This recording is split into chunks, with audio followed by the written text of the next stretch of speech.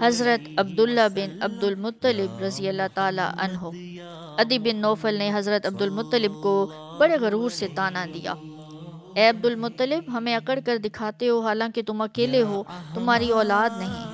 آپ کا دل ٹکڑے ٹکڑے ہو گیا۔ حسرت اور عاجزی سے بارگاہ رب العزت میں دعا کی: اے اللہ، 10 جوان بیٹے عطا فرما، ان میں سے ایک تیری راہ میں قربان کروں گا، دشمنوں کی اکڑ توڑ دے۔ جب چاہے زمزم کھودا جا رہا تھا، اس وقت انہوں نے یہ دعا کی تھی۔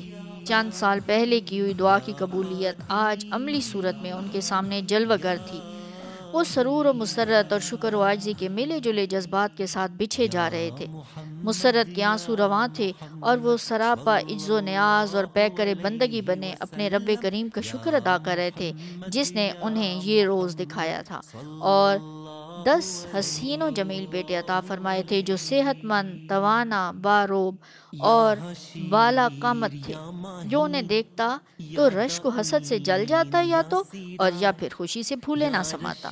وہ خیر خواہ اور بد خواہ کی پہچان بن گئے تھے۔